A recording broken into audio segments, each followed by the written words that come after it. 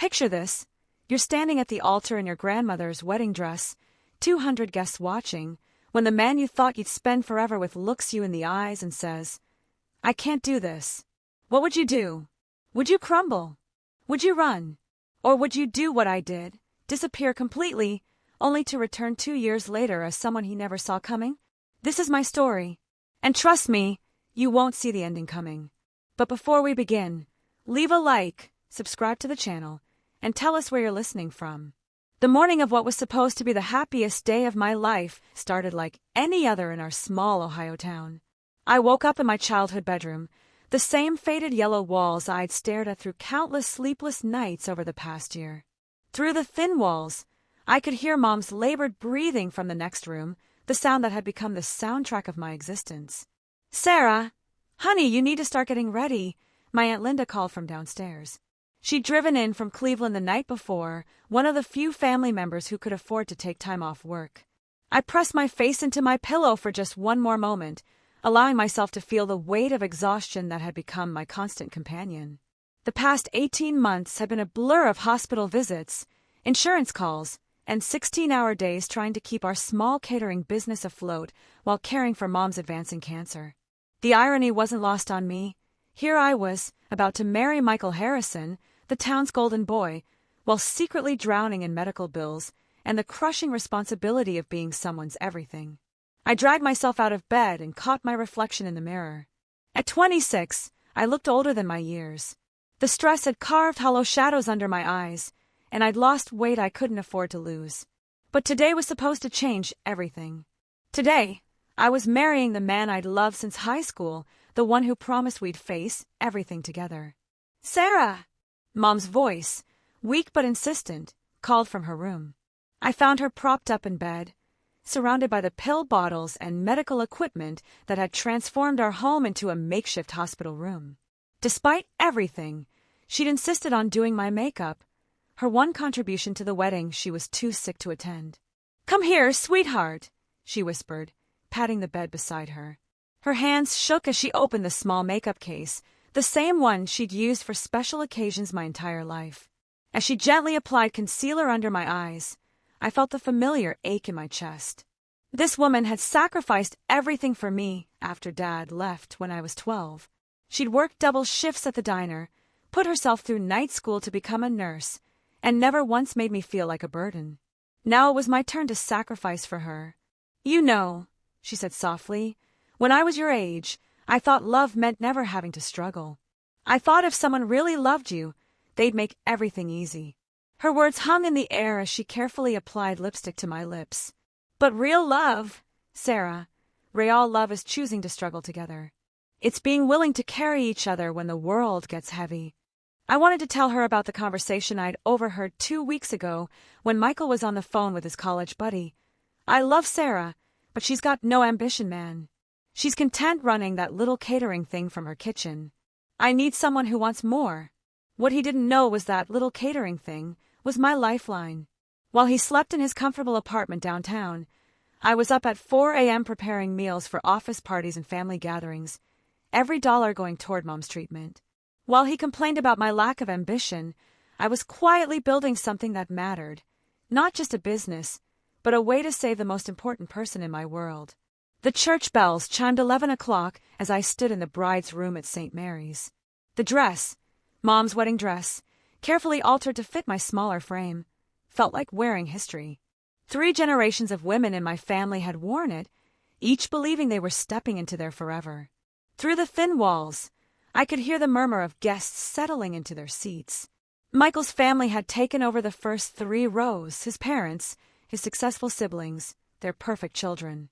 A reminder of the world I was marrying into, one where struggle was something that happened to other people.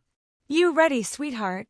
Pastor Williams appeared in the doorway, his kind eyes crinkling at the corners. I nodded, though my stomach churned with something I couldn't name. Nerves, I told myself. Just nerves. The ceremony was a blur of traditional words and familiar faces. I focused on Michael's hands as he held mine, trying to find the steadiness I'd always felt in his presence. But something was different. His palms were sweaty, and he kept glancing toward the door as if planning an escape route. When Pastor Williams reached the part about speaking now or forever holding your peace, the silence stretched too long. Michael's grip on my hands loosened, and I felt the first flutter of real panic. "Michael!" I whispered. He looked at me then, really looked, and I saw something in his eyes I'd never seen before, pity. "I can't do this," he said quietly, but in the acoustics of the old church, everyone heard. The congregation's collective intake of breath was audible. "What?" The word escaped my lips before I could stop it. "I'm sorry, Sarah. I thought I could, but I can't." His voice grew stronger, more certain. You're not ready for this. For the kind of life I want to build." "What are you talking about?" My voice cracked. "Michael, we've planned this for 2 years. That's just it," he said, and I could see his confidence building as he spoke. "We've been planning a wedding, not a life.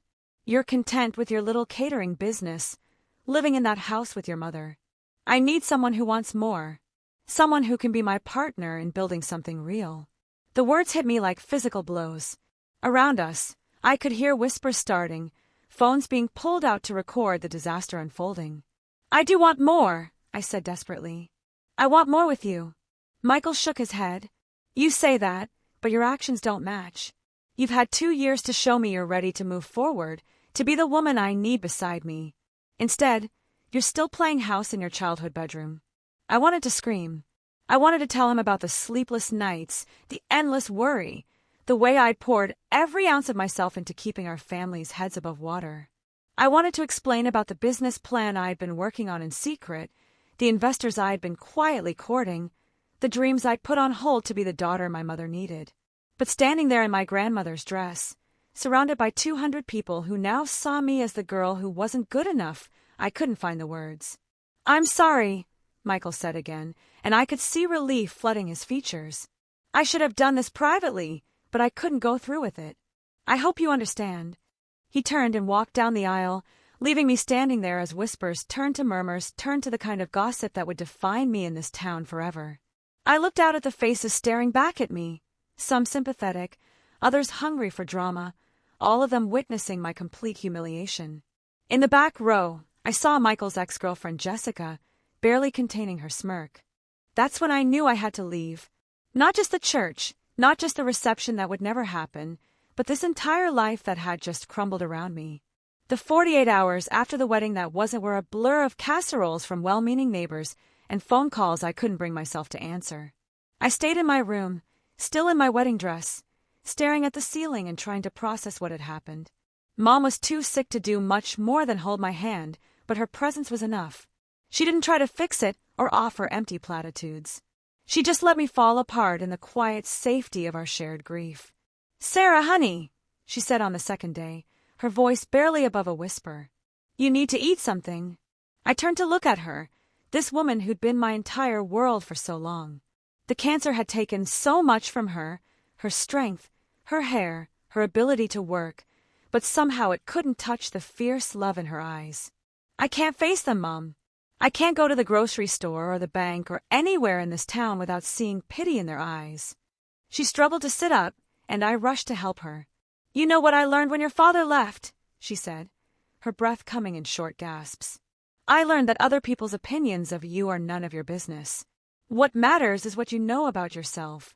"But Michael was right," I said, the words I'd been afraid to speak finally tumbling out. "I don't have any ambition.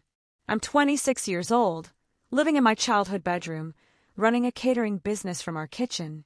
What kind of life is that?" Mom's laugh was weak but genuine.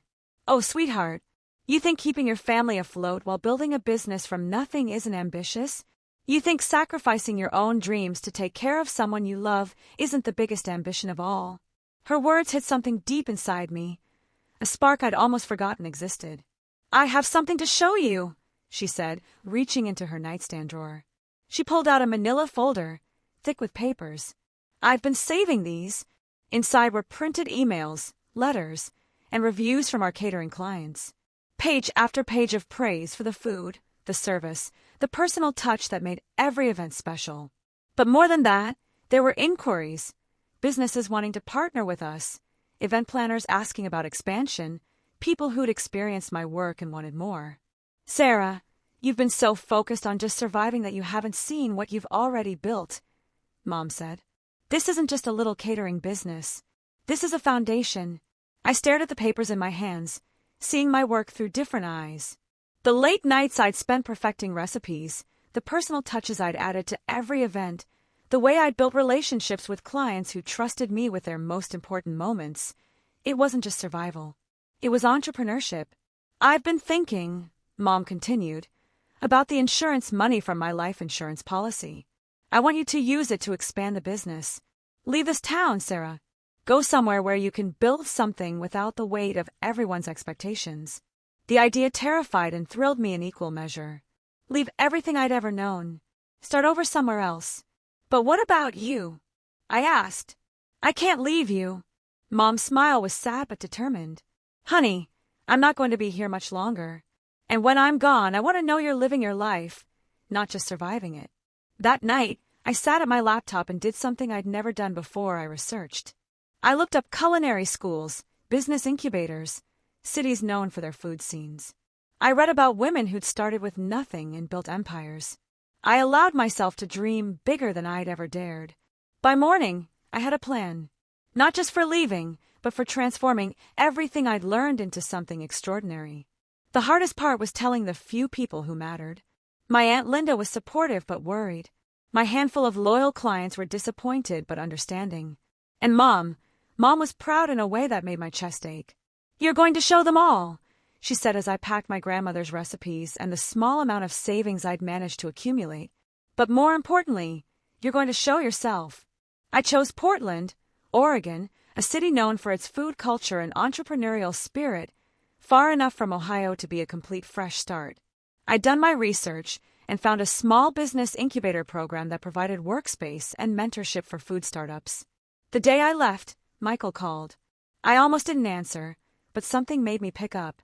Sarah, I heard you're leaving, he said, and I could hear something in his voice, regret, maybe, or second thoughts. I am, I said simply. Look, I know how things ended was harsh, but I want you to know it wasn't personal. I just think we wanted different things. I looked around my empty childhood bedroom, at the packed boxes that contained everything I owned, and felt a surge of clarity. You're right, Michael. We did want different things. I wanted to build something meaningful, even if it was hard. You wanted easy success without the struggle. I hope you find what you're looking for. I hung up before he could respond, feeling lighter than I had in months. The drive to Portland took 2 days. I stopped overnight in a small Colorado town, and as I sat in a diner eating alone, I felt something I hadn't experienced in years, excitement about the future. Portland in October was gray and drizzling, exactly as I'd expected. I'd rented a tiny studio apartment in the Alberta district, close enough to the business incubator to walk but far enough from downtown to be affordable. It was smaller than my childhood bedroom, but it was mine. The Northwest Food Accelerator occupied a converted warehouse in the Pearl District. Walking through those doors for the first time felt like stepping into a different world. The space buzzed with energy, entrepreneurs testing recipes, investors sampling products, the constant hum of ambition made tangible. You must be Sarah, said a woman approaching me with a warm smile. She was about 40, with silver-streaked hair and laugh lines that spoke of genuine joy. I'm Elena Rodriguez, the program director. Welcome to the chaos. Elena led me through the space, past commercial kitchens where people were creating everything from artisanal hot sauces to plant-based meat alternatives. The diversity was overwhelming. Men and women of all ages, ethnicities, and backgrounds, united by the desire to turn their food dreams into reality. So tell me about your vision, Elena said as we sat in her office overlooking the main floor. Your application mentioned catering, but I sense there's something bigger brewing. I took a breath, still getting used to talking about my dreams out loud. I want to create a brand that makes high-quality, gourmet food accessible to everyone. Not just fancy catering for people who can afford it, but beautiful, meaningful food for families, for everyday celebrations. Elena nodded, making notes. And how do you see that scaling? I've been thinking about that. I pulled out the business plan I'd been working on during the drive west. I want to start with a line of prepared meals, not frozen dinners, but fresh, chef-quality dishes that busy families can heat and serve. From there, expand into retail products, maybe even restaurants. Interesting. What's your angle? What makes you different from the hundreds of other meal kit companies out there? I thought about Mom, about the love I'd poured into every dish I'd made for our catering clients, about the way food could transform ordinary moments into memories. Heart, I said finally, every recipe I make comes from a place of love. I want people to feel cared for when they eat my food, the way my mother made me feel when she cooked for me. Elena smiled. That's beautiful. Now let's talk about how we make it profitable. The next 6 months were the hardest and most exhilarating of my life. I threw myself into the program with the desperation of someone who had everything to prove and nothing to lose. I learned about supply chains, food safety regulations, marketing strategies, and investor relations. I failed more times than I could count. My first attempt at a signature dish, a deconstructed chicken pot pie, was a disaster. The pastry was too thick, the filling too bland, and the presentation looked like something a child had assembled. I remember sitting alone in the test kitchen at 2 a.m., crying over a pan of inedible food. But I kept going. I refined the recipe, simplified the presentation, and added the secret ingredient that had made all my catering dishes special, a touch of herbs from my grandmother's garden, which I'd carefully transplanted to small pots in my apartment. Sarah's Kitchen started as a meal delivery service with just 5 dishes, all made in the incubator's commercial kitchen. I delivered them myself in my beat-up Honda Civic, building relationships with customers one meal at a time. The breakthrough came on a rainy Tuesday evening in March. I was delivering meals to a family in the Hawthorne district, a working mother with 3 kids, who'd become one of my regular customers. As I handed her the insulated bags, her youngest daughter, maybe 4 years old, peeked out from behind her mother's legs. "Is that the lady who makes the good food?" the little girl asked. "Yes, honey," the mother said, smiling at me. "This is Sarah." The girl looked up at me with serious eyes. "My mommy says your food tastes like hugs." I drove home that night with tears streaming down my face, not from sadness, but from the sudden, overwhelming knowledge that I was exactly where I was supposed to be. Word of mouth spread faster than I could have imagined. By summer, I had a waiting list of customers and was working 18-hour days to keep up with demand. The local food bloggers started noticing, and suddenly I was getting calls from restaurant owners asking about wholesale opportunities. The first major break came from an unexpected source. A food writer for Portland Monthly was doing a piece on the city's emerging food entrepreneurs. She'd heard about Sarah's Kitchen from a friend and wanted to include me in the article. "What's your story?" she asked as she watched me prep vegetables in the commercial kitchen. "What brought you to Portland?" I hesitated, still sensitive about the public humiliation I'd fled. But something about her genuine curiosity made me open up. "I had a life that looked perfect from the outside," I said, focusing on my knife work. "But it wasn't real. I was so busy trying to be what other people expected that I forgot to figure out what I wanted." "And what did you want?"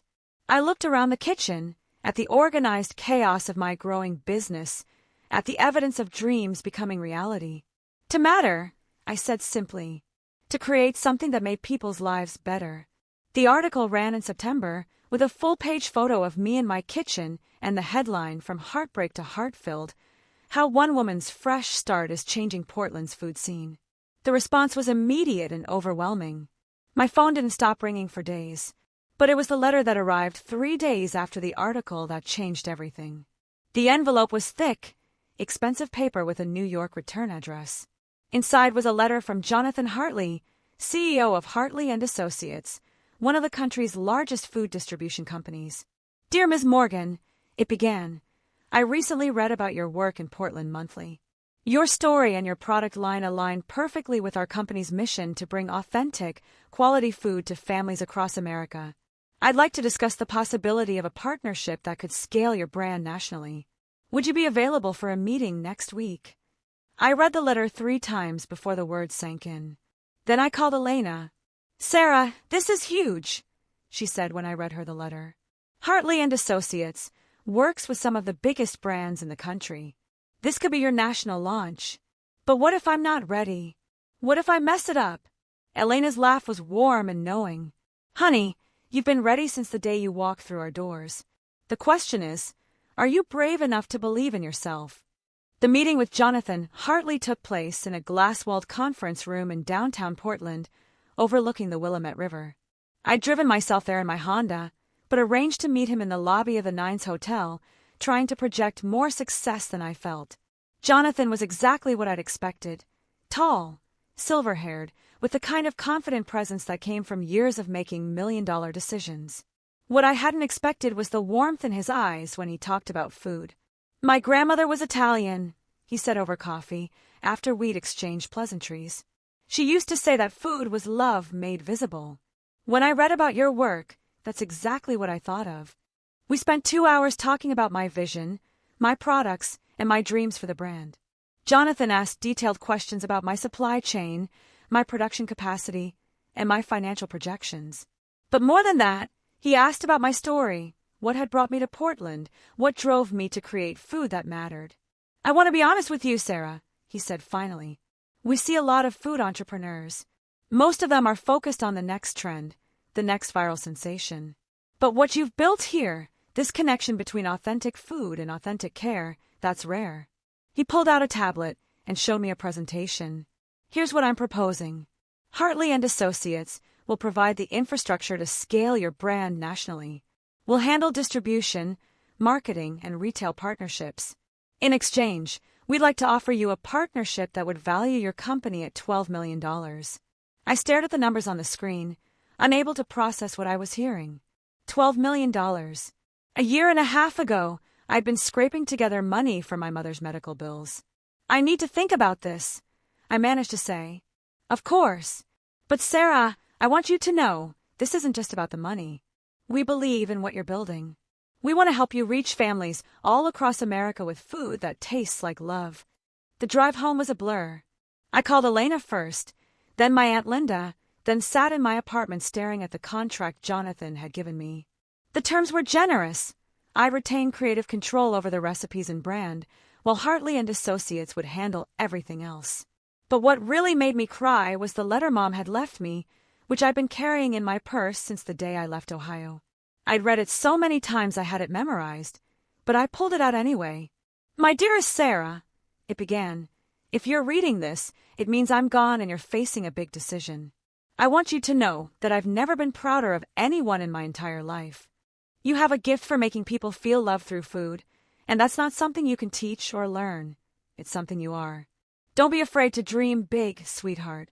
The world needs what you have to offer. And remember, you're not just Sarah from that small town in Ohio anymore.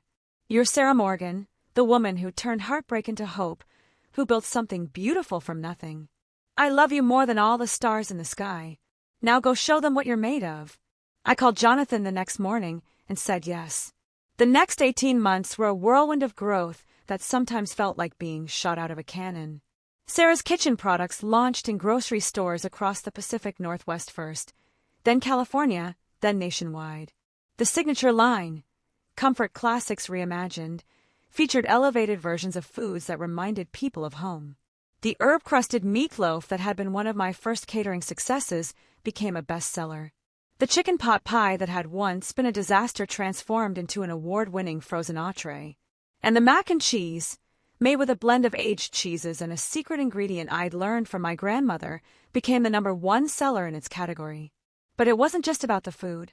The brand story, the woman who'd turned heartbreak into hope, resonated with people in ways I'd never expected.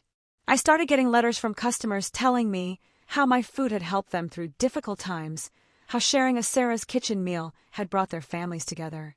The media attention was overwhelming. I was featured in Food and Wine, invited to speak at conferences, and appeared on morning shows to talk about the brand. The awkward girl who'd been left at the altar had become a confident CEO, though some mornings I still woke up surprised by my own life. The financial success was staggering. By the end of our second year, Sarah's Kitchen was generating over $50 million in revenue. My personal net worth had grown to numbers I'd never imagined possible. I bought a beautiful house in Portland's West Hills with a professional kitchen and a garden where I grew the herbs that still went into every recipe. But the moment that really showed me how far I'd come was the day I received a call from the mayor of my hometown in Ohio. Sarah, this is Mayor Peterson. I know we haven't spoken since you left, but I wanted to invite you to be our keynote speaker at the annual Chamber of Commerce dinner." I almost laughed. The same Chamber of Commerce that had never once supported my catering business wanted me to speak at their event. "I'm honored," I said carefully, "but I have to ask, what changed?" "Well," he said, clearly uncomfortable, "you've become quite successful. We're proud to claim you as one of our own." I thought about it for a week before deciding to accept.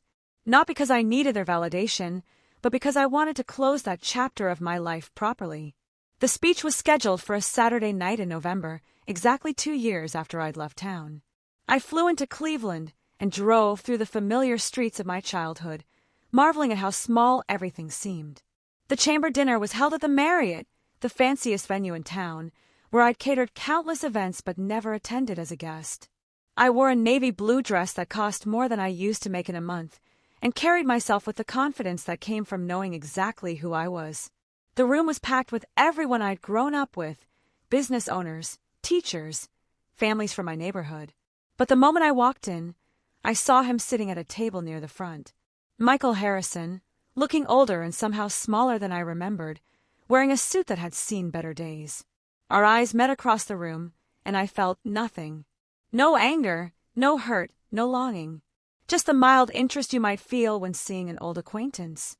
He started walking toward me, and I braced myself for whatever this conversation might bring.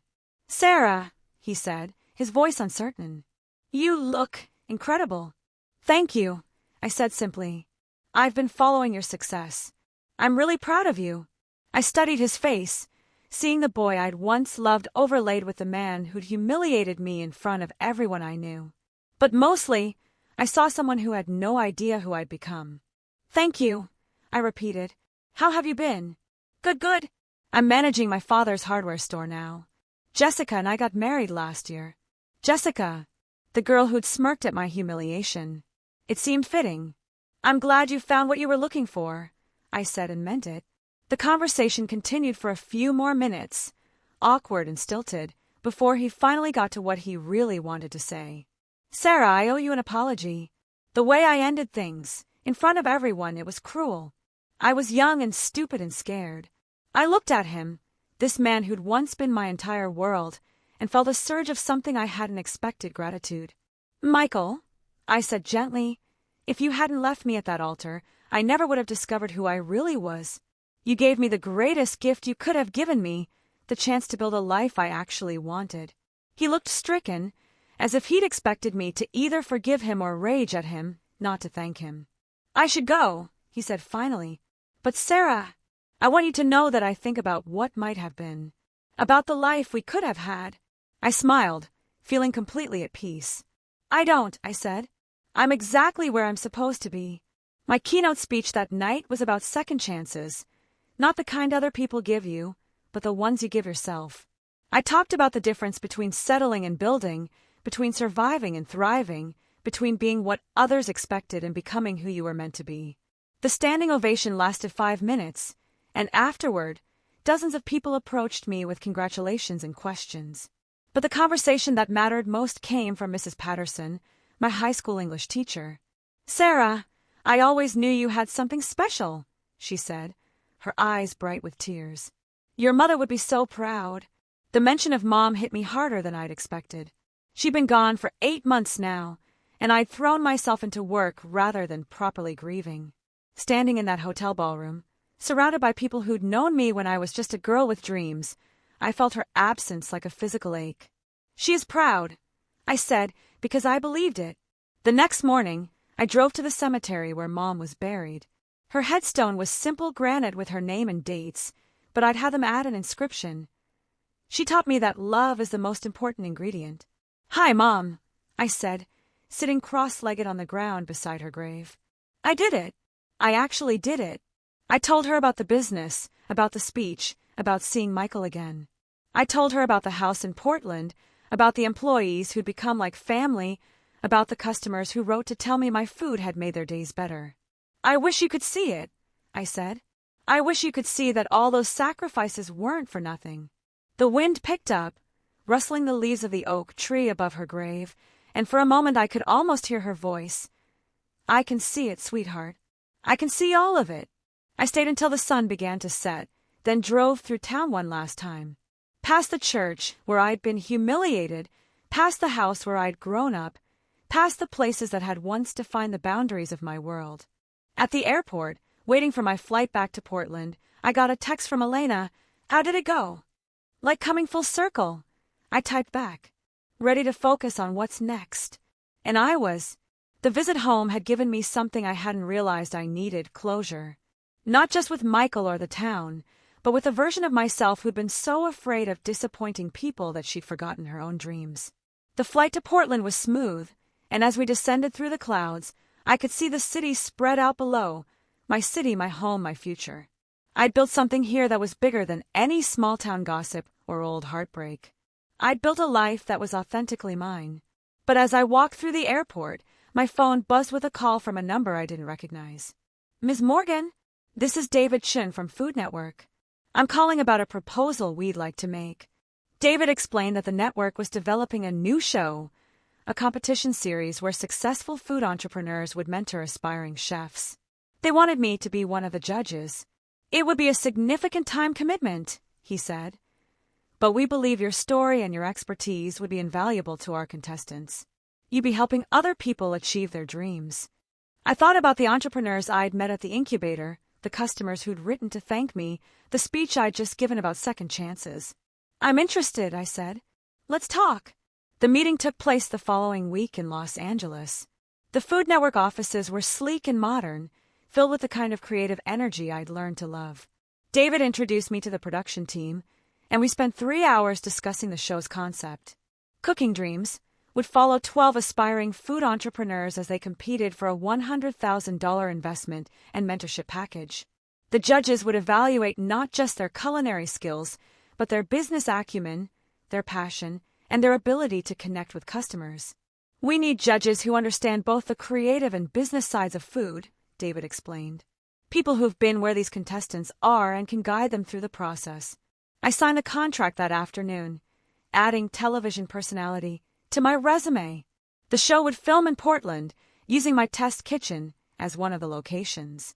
It felt like another way to give back, to help other people avoid the mistakes I'd made and achieve the success I'd found. But the real surprise came 6 months later, on a Tuesday morning in March. I was in my office, reviewing quarterly reports, when my assistant knocked on the door. "Sarah, there's someone here to see you. He says he's an old friend." I looked up from my computer to see Michael Harrison standing in my doorway, looking nervous and out of place in his ill-fitting suit. "Hello, Sarah," he said. "I hope you don't mind me stopping by. I was in town for a conference." I studied his face, noting the lines around his eyes, the way his hair was thinning at the temples. He looked like what he was, a man approaching 40 who'd never quite lived up to his potential. "Of course not," I said, standing up. "Come in. Can I get you some coffee?"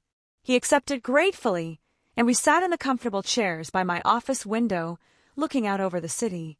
For a moment, neither of us spoke. "This is incredible," he said finally, gesturing around the office. "I mean, I knew you were successful, but seeing it in person, it's overwhelming." "Thank you," I said simply. "I have to ask, do you ever think about what might have been? If things had gone differently between us?" I consider the question seriously. Honestly, no.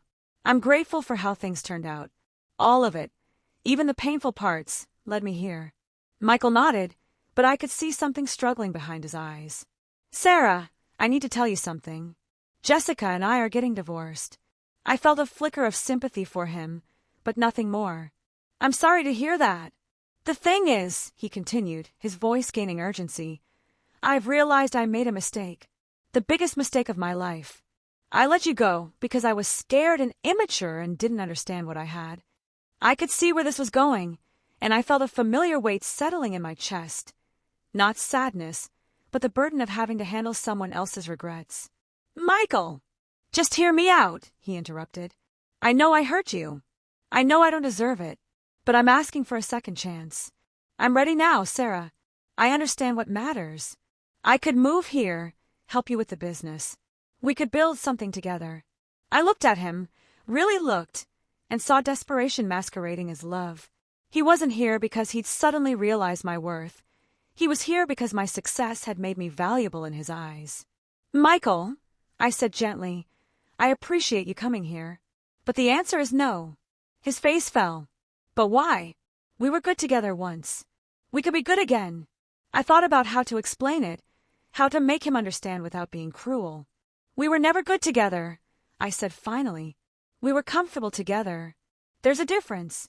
You fell in love with the idea of me, the compliant girlfriend who would fit into your plans.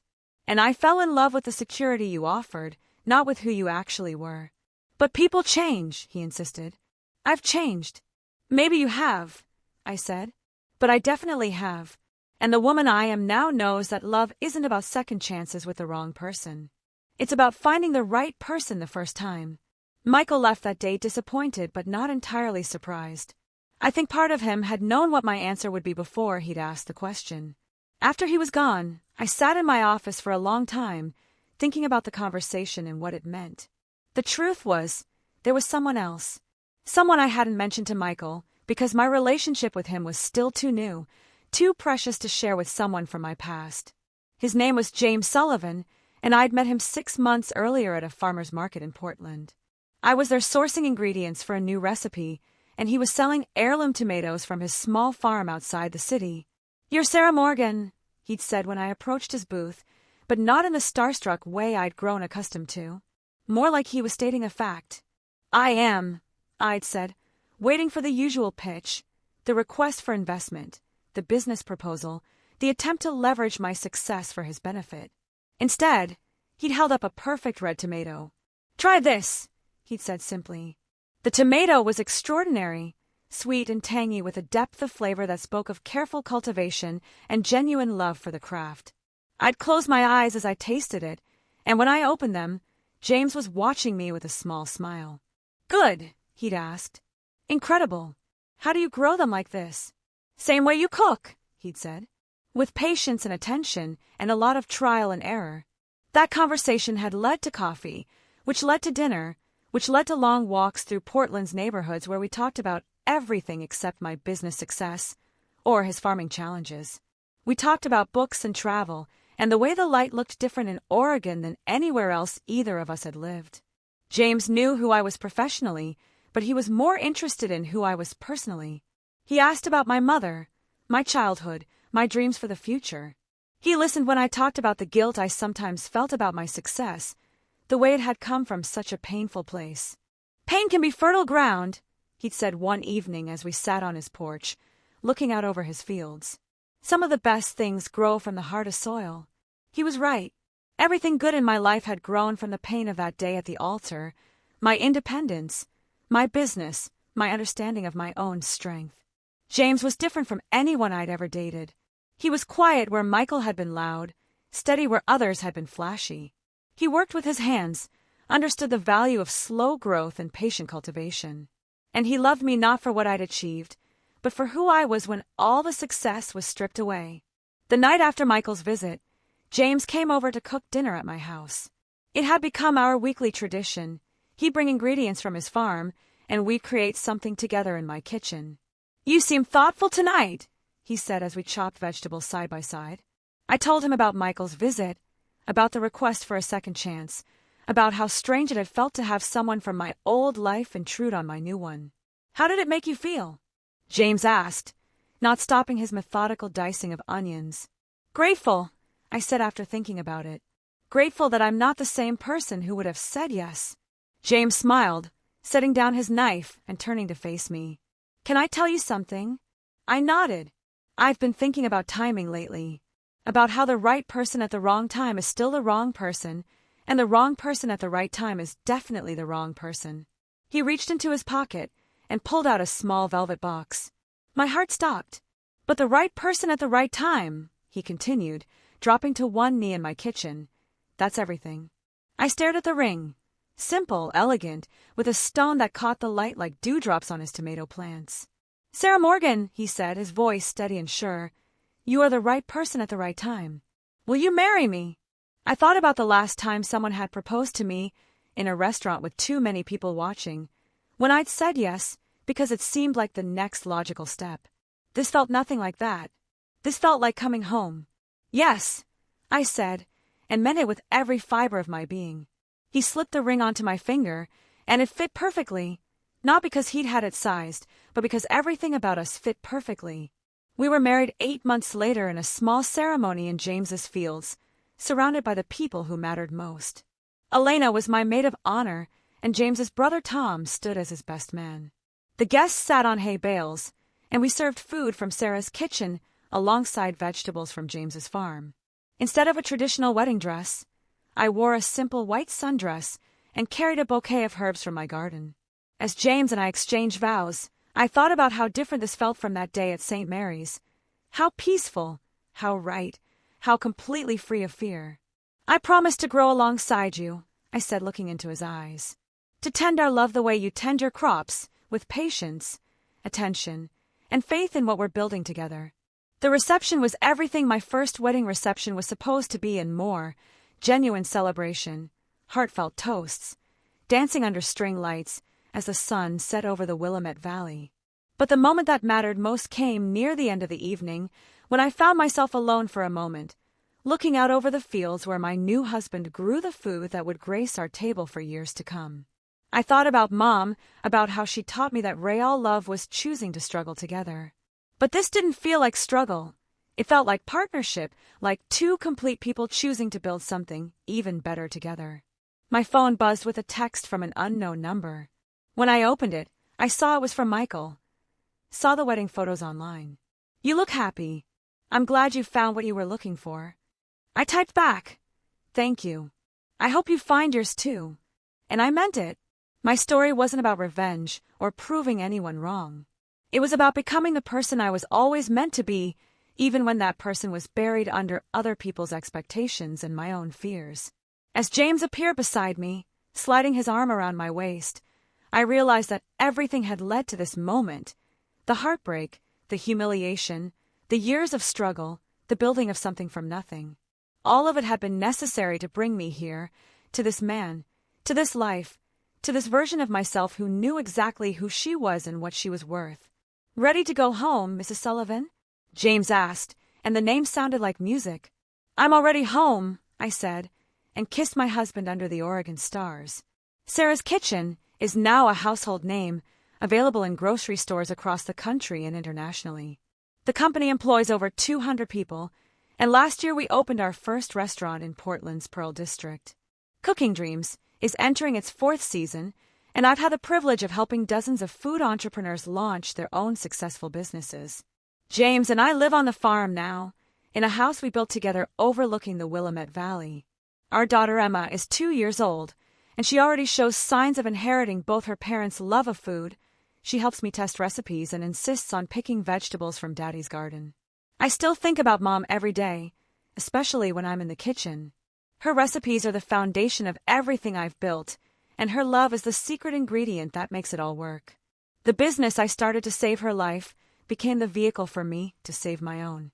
Sometimes people ask me what advice I'd give to someone facing their own altar moment, their own public humiliation, their own complete life collapse. I tell them that sometimes the worst thing that happens to you is actually the best thing, because it forces you to discover who you really are when all the pretense is stripped away.